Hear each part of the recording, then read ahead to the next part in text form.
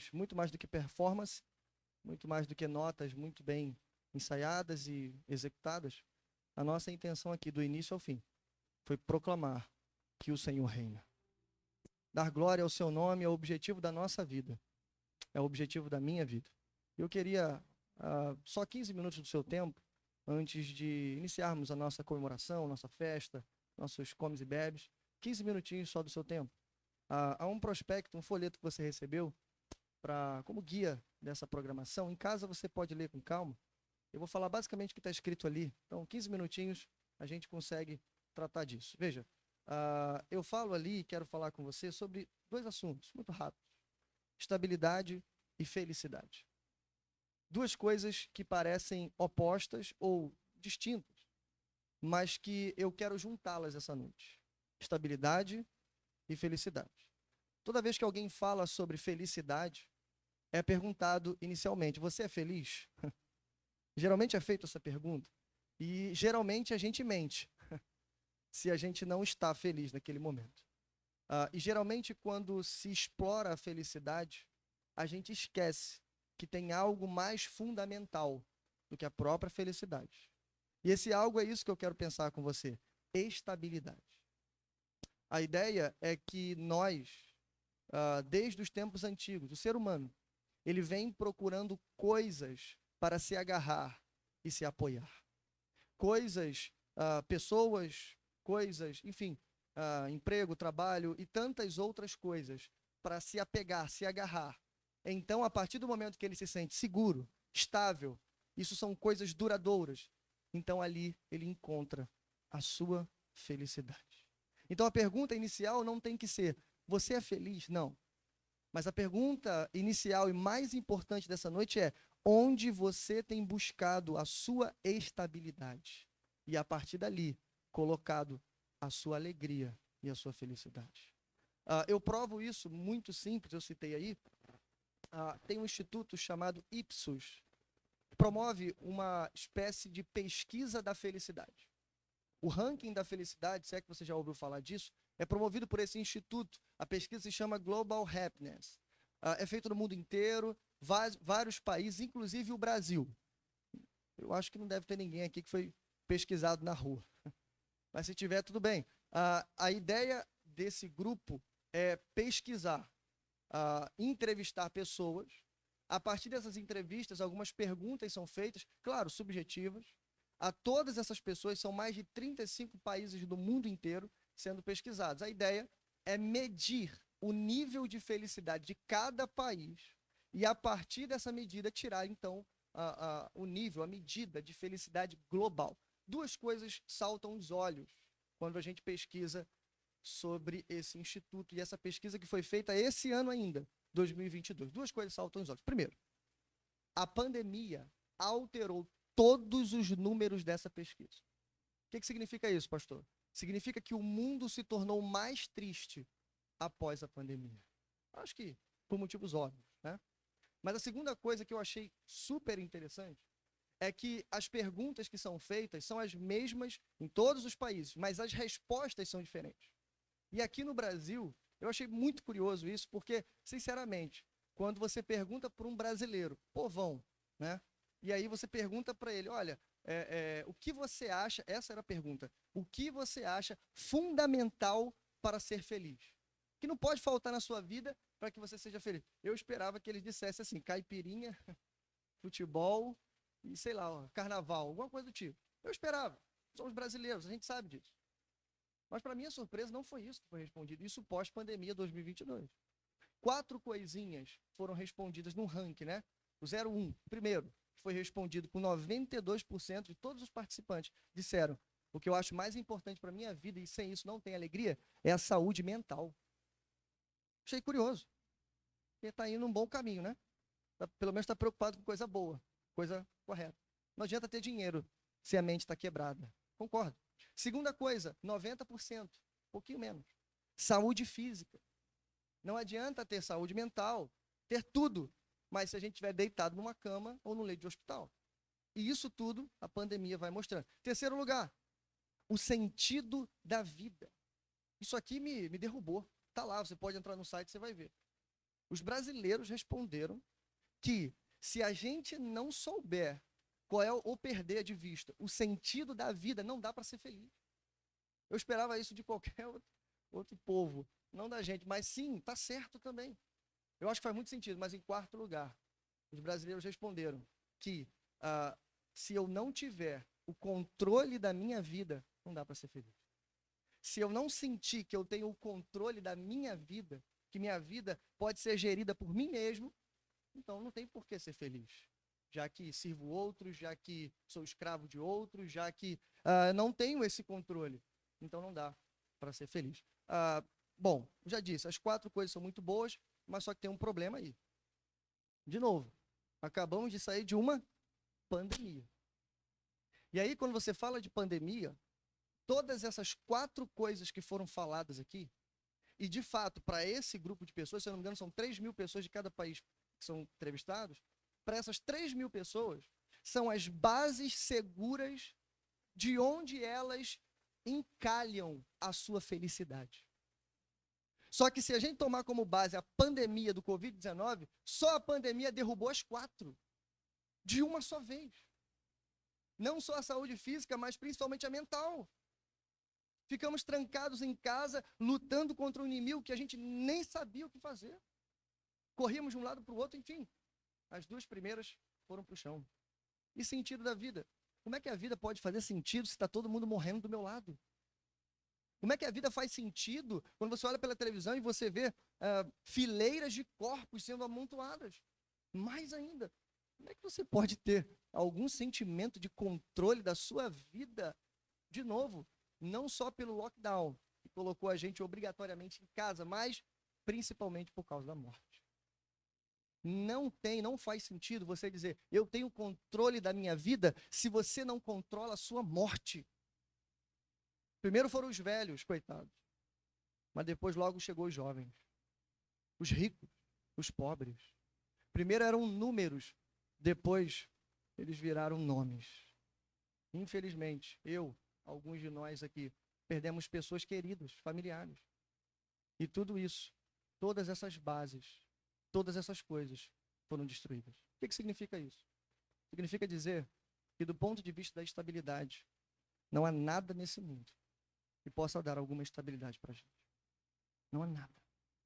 Tudo que para a gente parece estável, infelizmente, é pequeno, é fraco e é passageiro. Pastor, o meu objetivo de vida é passar no concurso público para gozar da tão sonhada estabilidade financeira. Sim, é um bom objetivo, mas não se você colocar toda a sua felicidade baseada que no dia que você passar e tiver a sua estabilidade financeira, então você será feliz. Sabe por quê? Na crise do país em 2016, nós infelizmente assistimos os nossos aposentados e pensionistas, funcionários públicos do estado do Rio de Janeiro, 4 meses sem pagamento. Pelo menos. Sem falar 13º e férias. Você deve ter conhecido alguém assim. Eu pergunto, tem estabilidade? Não, pastor, eu sou empreendedor. Ok, a pandemia também provou isso. Mais da metade dos estabelecimentos físicos fecharam no estado de São Paulo. Sem falar igrejas. Não, pastor, eu tenho uma startup. Não há estabilidade. Basta uma coisa acontecer no leste europeu, do outro lado do mundo, o mercado financeiro vai em queda e, infelizmente, seu negócio não prospera. Em outras palavras, quando a gente olha para o mundo, não há estabilidade. Mas há uma solução. Se não há estabilidade nesse mundo, então a gente precisa levantar os olhos e olhar para os céus, de onde provém toda a nossa estabilidade e felicidade, o trono do nosso Deus.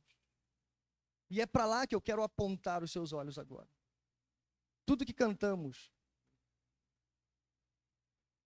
tudo que ouvimos aqui, teve como objetivo de tirar um pouquinho os seus olhos dessa vida.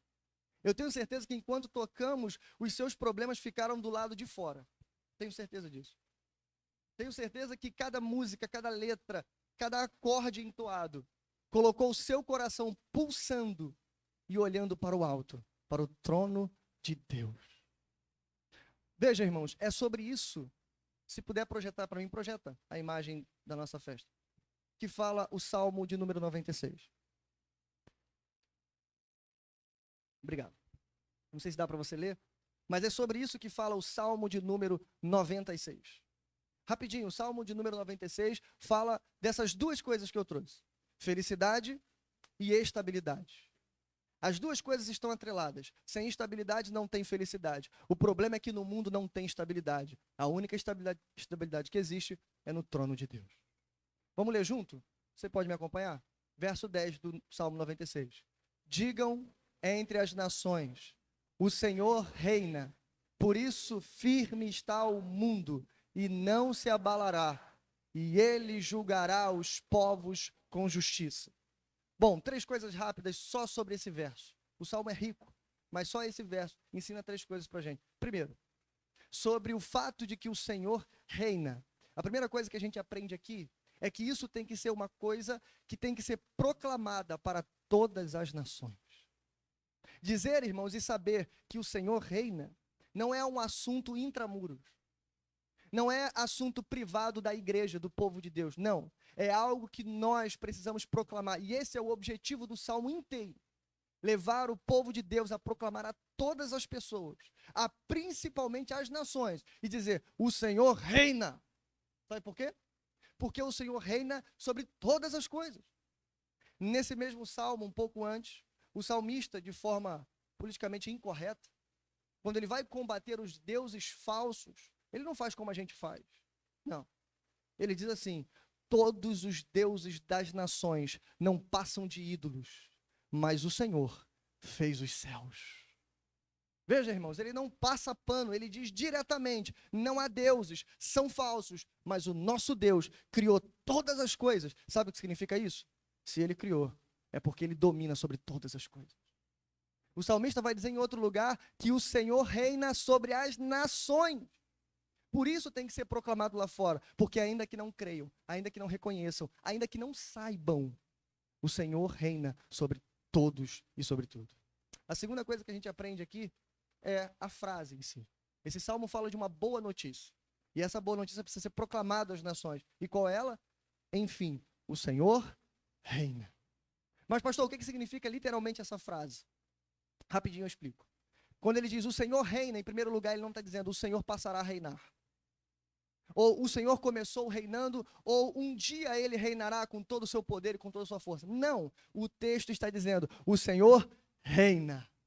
Soma-se a isso, Salmo 55, 19, onde Davi vai dizer o seguinte, ele vai dizer: o trono de Deus, ou melhor, Deus se assenta desde a eternidade em seu trono. Deus se assenta e preside desde a eternidade em seu trono. O que significa isso, pastor? Significa que não houve um dia em que Deus não tenha reinado sobre esse universo. Não houve.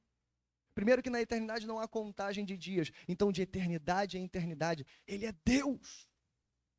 Aí você começa a entender de onde provém tanta estabilidade. Ei, presta atenção, o reino dele nunca teve começo e então nunca terá fim. Dali provém a estabilidade. Pense em todos os impérios: assírio, antes disso, egípcio, babilônico, persa, grego, romano, os bárbaros, russo, todos eles se levantaram e caíram, mas o reino do nosso Deus permanece para sempre. Terceira coisa e última que esse salmo, esse pequeno verso nos ensina, é que, porque o Senhor reina, veja isso, irmãos, por isso firme está o mundo e não se abalará. Aqui está a boa notícia para a gente, porque o Senhor reina dos altos céus. E diferente do que algumas pessoas pensam, veja, eu comecei falando de instabilidade. Eu disse que quando a gente olha para esse mundo, o que nós vemos do ponto de vista humano é caos, violência, morte, doença, mercado financeiro em queda, crise econômica e tantas outras coisas ruins e tenebrosas. Então, quando a gente olha dessa perspectiva, que eu vou chamar olhar pelo buraco da fechadura, sabe o que você vê? Você vê uma pequena imagem triste, escura e sombria. Só isso que você consegue ver. Você vê instabilidade. Então, o cálculo que o ser humano faz é justamente esse. Se o que vivemos aqui embaixo é esse caos todo, então significa que se Deus existe, ele está sentado no trono e ele não se importa com a gente. Talvez você que está aqui pensasse isso. Ele está lá em cima, tá, talvez o pastor esteja certo, talvez exista um trono. Mas se de fato Deus tivesse algum controle, ele teria impedido tudo isso que aconteceu aí. Veja bem, toda a instabilidade desse mundo serve, de novo, para que você pare de olhar para o mundo e olhe para o trono de Deus nas alturas. Toda a instabilidade desse mundo não significa que Deus não está agindo. Ele está agindo e sempre agiu através de toda essa instabilidade do mundo. Todas essas coisas. Até mesmo da pandemia. A pandemia nada mais foi, citando ou parafraseando C.S. Lewis, o megafone de Deus para uma humanidade surda. Porque só tem um jeito de você ouvir, infelizmente. É quando você está sofrendo. É quando os seus olhos estão tomados de lágrimas. É quando a tua carne está sendo ferida. Só ali você consegue parar a sua correria para ouvir. Não é assim? A gente só busca Deus quando precisa. A gente só lembra de Deus nos velórios ou nos casamentos. Ou quando algum parente nosso fica doente. A gente só lembra de Deus quando precisa. Mas veja, apesar disso, o Senhor reina. O mundo continua firme. Ele não se abalará, porque o Senhor reina. Eu queria encerrar minhas palavras fazendo um convite para você, para o seu coração. Estou vendo tanta gente bonita aqui, muitas pessoas que eu não conheço. É possível que tenha pessoas aqui que ainda não se decidiram, que ainda não conseguiram experimentar essa paz, essa estabilidade que flui do trono da graça do nosso Deus. E eu queria dar essa oportunidade para você agora. Eu queria abrir esse momento aqui no finalzinho para que você tivesse essa oportunidade. Para que você tomasse a decisão mais importante da sua vida. É possível que você entrou aqui convidado por alguém, você ouviu esses louvores, ouviu essas músicas, é possível que essas coisas tocaram o seu coração. Não estou falando de emocionalismo, eu estou falando de algo diferente que você sabe que você sentiu.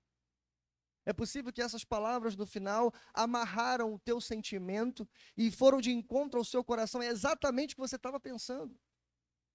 Eu entrei aqui desesperado, tem tanta coisa dando errado, parece que as coisas não vão melhorar, veio 2022, vai vir 2023, parece que não há esperança. O meu convite hoje é olha para o céu. O meu convite hoje é para que você se torne filho de Deus. João 1 vai dizer, verso 12, a todos quanto receberam, deu-lhes o poder de serem chamados filhos de Deus. Então eu vou esperar, vou fazer uma oração agora. Nós vamos orar, já para encerrar. E se você sentiu no seu coração o desejo de se decidir por Cristo Jesus, eu disse, Ele vai reinar sobre você, querendo você ou não. Mas se nessa noite você bater no peito e dizer assim, pastor, eu quero ser declaradamente um súdito do reino de Deus. Mas não apenas um súdito, não apenas um servo, não apenas um escravo. O convite é para que você seja filho de Deus. É para que você se sente na mesa do banquete da graça. Esse é o convite para você. Então, enquanto eu oro, se tiver alguém que quiser entregar sua vida a Jesus, ou talvez reafirmar o compromisso perdido com Jesus, talvez você está fora da igreja há muito tempo, isso aqui perdeu o sentido para você, mas você quer voltar hoje. Então, vamos orar de olhos fechados. Eu convido todo mundo só para baixar a cabeça. E aqueles que fizerem essa oração comigo, se coloquem de pé no meio da nossa oração, por gentileza. Hoje é dia de salvação. Oremos. Pai nosso que estás nos céus, santificado e bendito e exaltado, Senhor, é o teu nome. Obrigado, Senhor, por essa celebração tão rica, Senhor, e poderosa. Obrigado por tudo que ouvimos aqui e tudo que vimos aqui. Obrigado pelo Senhor ter nos feito prestar esse culto tão especial ao Senhor. Todo o nosso esforço, como eu disse, foi literalmente apontar para o alto e dizer, não olhe para cá, não olhe para mim, olhe para Ele. Ele permanece sentado, presidindo em seu trono. Nada fugiu do seu controle, desde a eternidade passada até a eternidade futura. Deus reina. Esse foi o nosso objetivo. E aqui, Senhor, comigo, há pessoas no nosso meio, com certeza, que precisam assumir de fato um compromisso contigo. Que precisam, Senhor, entregar de uma vez por todas o seu coração ao grande Rei, o nosso Senhor Jesus. Como foi cantado, aquele que deu a sua vida, que trocou de lugar conosco. Ao invés de condenar, ele veio para nos salvar. Então, Senhor, eu apresento essa pessoa que está aqui. Que ela se manifeste agora, Senhor. Que não haja mais adiamentos. Que hoje seja o dia, Senhor, da salvação dela, Senhor. Ou do retorno, Senhor. Em que ela, Senhor, decide agora, corajosamente, voltar para os teus caminhos, Senhor. Voltar para o lugar de onde nunca deveria ter saído. Talvez ela esteja envergonhada. Talvez essa pessoa esteja com medo. Adão fugiu com vergonha. O Senhor procurou Adão no jardim. Mas ao invés de punir, ao invés de condenar, o Senhor cobriu a vergonha dele. O melhor lugar para o pecador é aos pés do Salvador. Então, Senhor, recebe, Pai. Recebe essa pessoa. Recebe ela nos teus braços, Senhor. Recebe, Senhor, essa alma. Porque há festa aqui na terra, mas quando um pecador se arrepende, também há festa nos céus. Tem misericórdia, Senhor, de todos nós. Pai, também oramos, Senhor, por cada irmão e irmã que esteve aqui presente. Cada lar representado, cada família, Senhor. Cada visitante que aceitou o convite e veio hoje. Talvez não sabia nem porquê, ou o que iria acontecer aqui. Mas chegando aqui, eles encontraram com o trono de Deus diante de todos nós. Então, Senhor, continua confirmando em nossos corações. Continua, Senhor, colocando em nós, Senhor, em primeiro lugar, essa palavra, Senhor, que precisa ser proclamada às nações. Continua colocando em nossos corações esse sentimento de estabilidade. O crente não pode ficar desesperado. O crente não pode correr de um lado para o outro, se ele sabe qual é a fonte de toda a estabilidade desse mundo. Se ele sabe para onde olhar e ele sabe para onde buscar o trono do nosso Deus. Fica conosco, Senhor. Em nome de Jesus nós oramos. Amém. Graças a Deus. Nós vamos ter ainda um último número. Depois disso, estaremos todos encerrados. Bom?